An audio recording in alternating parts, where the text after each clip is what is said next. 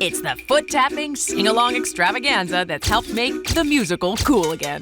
I knew it had an audience because I was the audience. Everybody loves a musical, and anybody who tells you they don't is lying. Sharp, funny, and even poignant, Glee warmed the hearts of America while revolutionizing the music industry. I never really thought that I would have a song on the Billboard charts. There's that sort of endorphin rush of like, oh my God, I love that song. Glee is a musical comedy about a high school show choir that has the outsized dream of winning nationals and the more modest one of being able to walk to their lockers without being assaulted. The concept of Glee was born out of the high school show choir experiences of one of its creators, Brennan. In 2005, Brennan got the screenwriting bug. I was like, you know what? Someone's gonna write something about a Glee club at some point, and if it's not me, I'm gonna be really angry. Brennan got a lucky break when his script landed in the hands of Hollywood producer Ryan Murphy. Ryan Murphy and I were working together on Nip Tuck. Ryan said, I read this script about Glee clubs, and I don't know, there's something intriguing about it. Together, the trio developed Brennan's idea into a musical comedy television series named Glee. They pitched Glee to 20th Century Fox. The musical series was a concept that had never been successful on television. It really seemed like a tough sell, I think, early on, and could have just flopped. Let's just say the initial reaction was, oh my God. He talked about this innovative, crazy idea to do a show set in high school that would have about 5 or 6 musical numbers in each episode.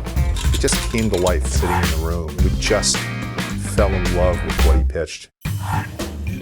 The team got the Fox network to sign off on the unusual concept and began casting. It was overwhelming. I mean, when I first read the script, I was like, well, this is going to be really a challenge. They cast Broadway star Matthew Morrison to play Mr. Schuster, Spanish teacher and director of the show choir. Will is a very happy-go-lucky guy. He's had aspirations of going to Broadway and being a big star, but things haven't really panned out for him. Veteran comic Jane Lynch was given the role of villainous Sue Sylvester, cheerleading coach and mortal enemy of the Glee Club. The description of Sue Sylvester in the pilot was Sue Sylvester may or may not have posed for Penthouse and may or may not be on horse estrogen. Well, I said I must play this role. I must. Casting members of the New Directions Glee Club brought a unique set of challenges. Actors not only had to be able to bounce back and forth between comedy and drama, they also had to sing and dance. And in the end, it took a special team to play McKinley High's resident band of outcasts. I'm Leah Michelle, and I play Rachel Berry on Glee. I'm Corey Monteith, and I play Finn Hudson. I am Kevin McHale, and I play Artie Abrams. My name is Jenna Ashkowitz, and I play Tina Cohen-Chang. My name is Chris Colfer, and I play Kurt Hummel. While Glee has often been cited for its comic vision, the show also reflects the very real concerns of its young audience. Glee's success, I think, has to do with the intersection between popular music and storylines that people really relate to.